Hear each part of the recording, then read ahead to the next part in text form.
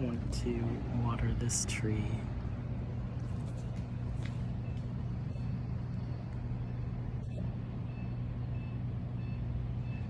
This life, vessel of life. Soak it up.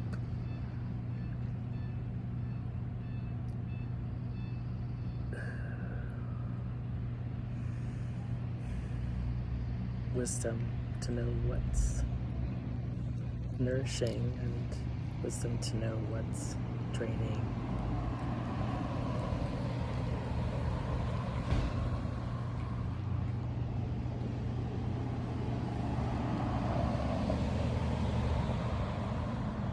Wisdom to have balance.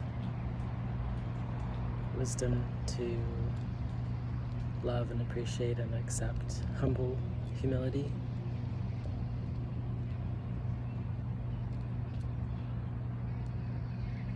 Don't get too preachy, that's very Christian, you know. Okay. 4 Noble Truths.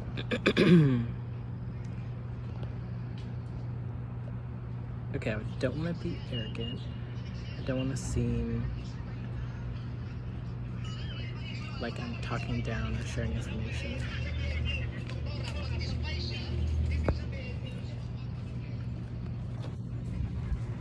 Post Walker. How to practice in the present moment, arising. How to be quote-unquote present. Don't you think that's such a coded word? Like how to be present like an animal. I'm seeing the pigeons over there. How to be present like the greeter at a building, in a car, operating a vehicle on the road, encountering a pedestrian. How to be present, and does that mean how to be polite? How to be practicing ethical conduct?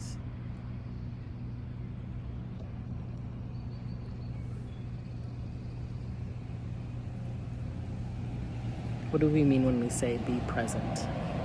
Be present. Do we say that? Do you say that?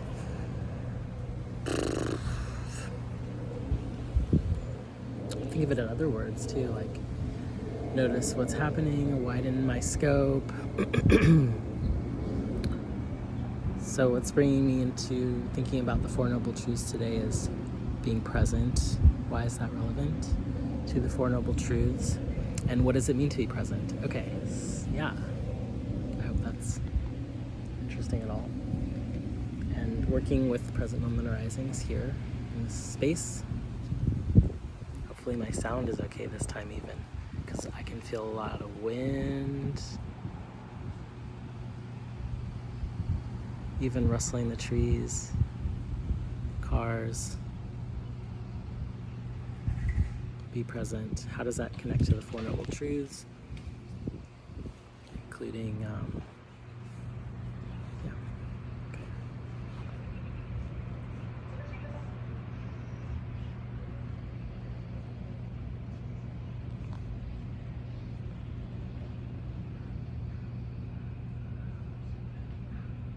It's nice with any kind of dharma that it all leads to the next piece. So there's infinite places to begin.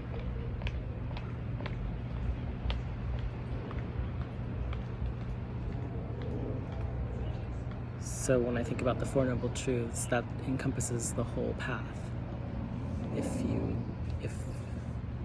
that's it, it's all connects to all the other suttas, and I personally enjoy memorization, and that helps me practice. Can get into a concentrated, meditative, mesmerizing place. Sometimes helpful to be on retreat, sometimes just with leading up to a retreat, a concentrated time, or coming home from that time, or a difficult transition where I'm able to, as I say, lock in. So memorizing things can be helpful. Anyway, my point around that was about how the 4 Noble Truths is all encompassing, and because I'm thinking of being present today, that to me is connected to the Eightfold Noble Path, which is the fourth noble truth, the path out of suffering.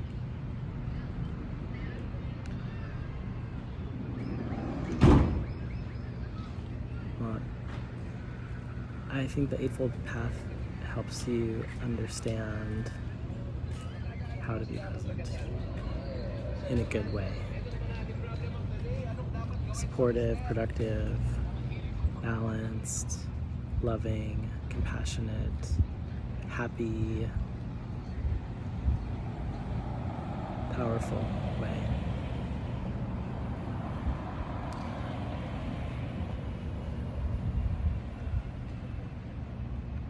So the Eightfold Path, giving an instruction for the way out of the fourth noble truth, out of the first noble truth, that there is suffering. And the second one is that suffering comes from craving. So the first and second are answered by the fourth, third and fourth.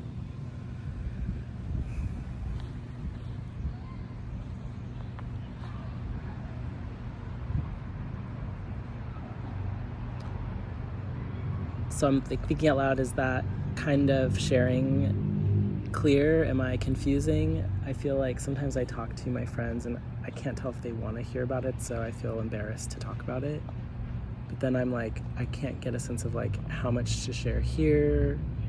Like, I don't want to come across as proselytizing. I don't want to be like, I'm just trying to share what I think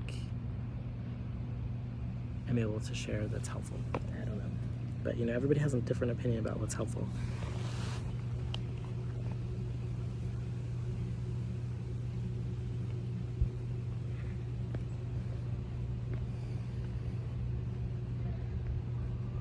Like present moment arising, I'm like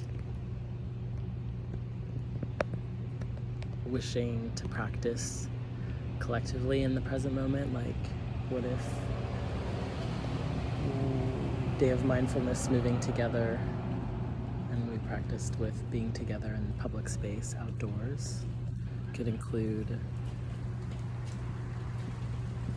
how to be present in the space, basically.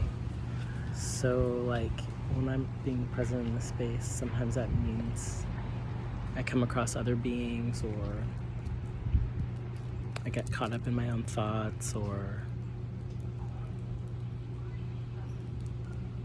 I run into someone unexpectedly, feel tempted to stray from my path, get stressed out about the news or whatever. Start to go down rabbit holes, shopping, or looking at my phone too much, or getting drawn into people's dramas. That's when I'm noticing like this energy of like, I want to change things, or I want to act. To be curious about that energy. Is it coming from generosity, compassion, genuine desire for people's happiness?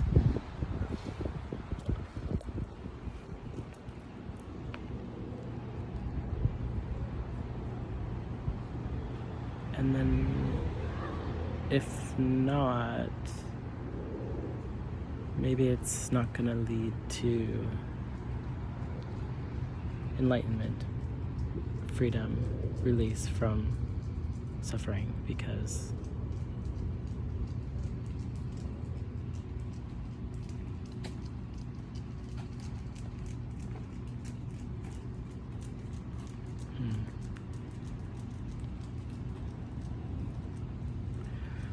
it's hard to practice with other people, like in public.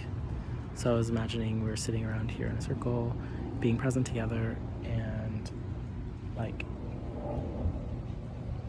is it fun to think about the Four Noble Truths here, and what includes the Four Noble Truths, or what the Four Noble Truths include, vice versa?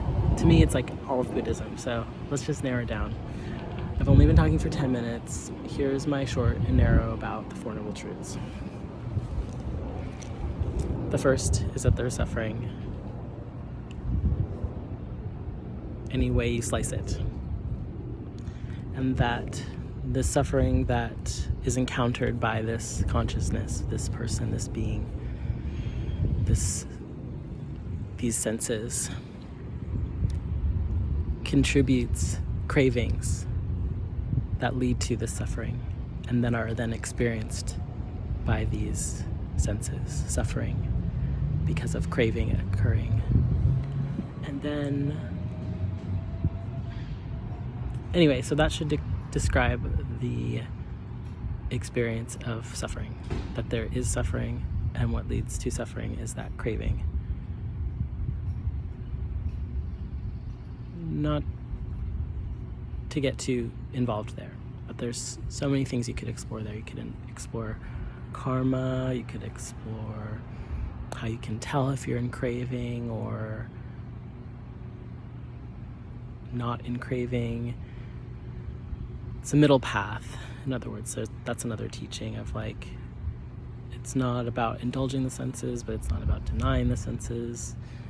So then we're starting to explore like, okay, so that's like a conversation about, okay, if craving leads to suffering, and there is suffering, how do I get out of it? Well, that's a little bit trying to fix it, but that is what truth number 3 is about. And truth number 4, I feel like I'm like giving directions for a game or something.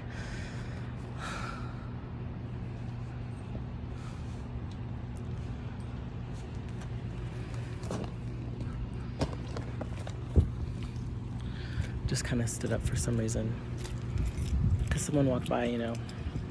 Oh, it's really hard not to want to just stand up. I mean, that's like my worst presentation quality is I have literally walked out on something before.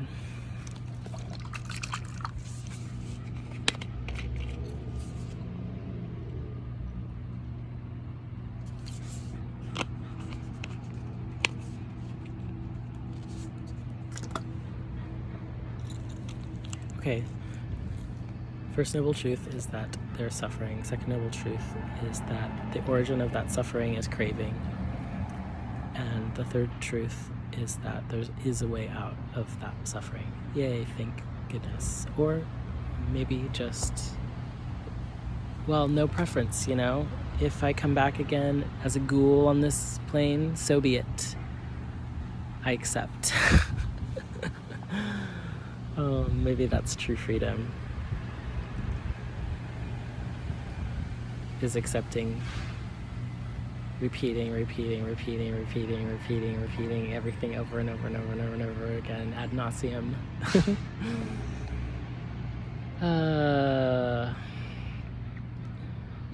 But if that doesn't please you, if you want off this ride, then you'll be happy to hear about noble truth number 3. There is a way out of suffering. But please come to the rave or the party or the dance or wear your best outfits before you decide to kick it off. Enjoy everything here, give it away, share it, open your heart to it, and really finish and be done here. Leave no yearning for anything else. Let it all go.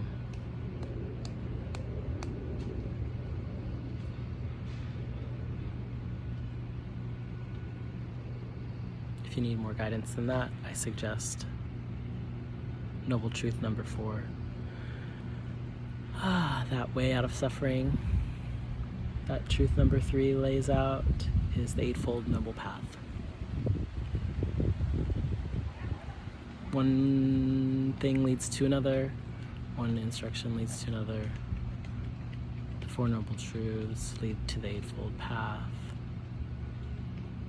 Eightfold Path leads to the Four Noble Truths through right understanding, seeing things clearly, right intention, knowing what to do when you see things clearly, how to behave ethical conduct.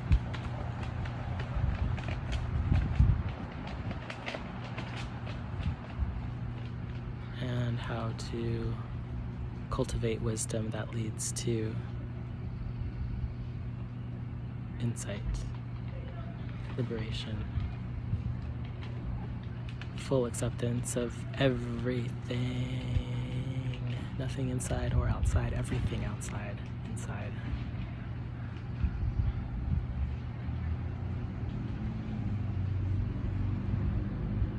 Okay, time to be still.